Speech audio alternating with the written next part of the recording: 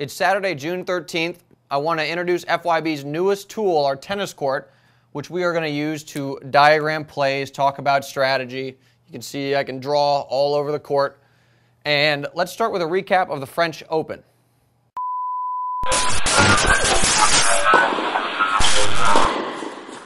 Last Saturday, Roger Federer beat Robin Soderling in the final of the French Open. It's Federer's first French Open title. He's now got the career Grand Slam. And I didn't think the match was particularly interesting. It was basically a beatdown, for lack of a better term. Federer played great. He was plus 17 on winners, served 66% on his first serve. Soderling played all right, but he just wasn't a match for Federer. And the one thing that was different with Soderling's earlier match is something Federer did, which he said in the press conference that I think was a real effective, was Federer talked about, let's say Soderling is down here. Let's put an S for Soderling. His previous opponents, particularly Nadal, but the other guys, would hang out pretty far behind the baseline. They'd be somewhere in here when they were playing Soderling, and particularly with Nadal, he was far behind the baseline, and he was dropping his ground strokes real short, and then they were kicking up right into Soderling's wheelhouse, and of course Soderling had no problem going to the corners, running Nadal all over the place, and obviously Soderling won that match. Gonzalez and Davydenko were pretty far behind the baseline as well. But Federer, and Federer always does this, he stands closer to the baseline, sometimes right on the baseline. So Soderling wasn't able to dictate play like he did against those other guys. And obviously Federer dictated play because he won in straight sets. So that was not really an adjustment that Federer made, but that was why Federer was able to take it to Soderling, unlike some of the guys that Soderling played in the previous rounds. The other thing I want to talk about is Federer's use of the drop shot. It's a shot he hasn't really used in the past, not only on clay, but other surfaces. And he incorporated it with great success into his game this past French Open.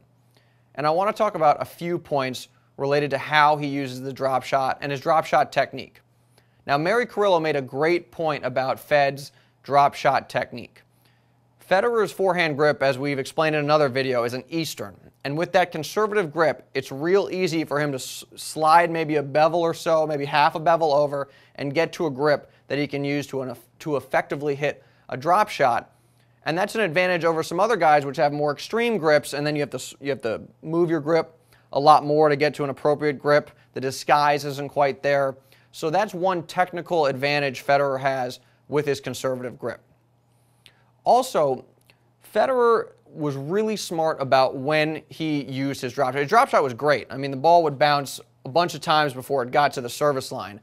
But it was when he chose to use his drop shot that really set that point apart.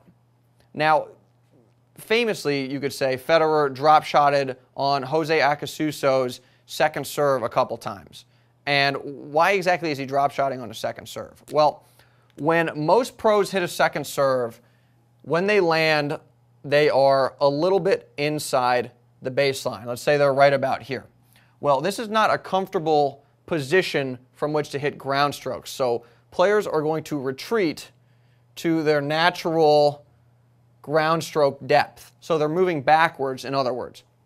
So if Acasuso serves as the ball is traveling through the air, he is moving back. And then if Federer hits that drop shot, Acasuso has to stop and then close on the ball, so he has to change direction. And it's tough to get to the ball when you're backpedaling, and then you have to stop and sprint all the way to the net. So Federer was real smart about understanding what direction his opponents were moving when he used the drop shot. He would also do it if his opponent was hitting out here and recovering back to the middle, or even recovering back a little bit.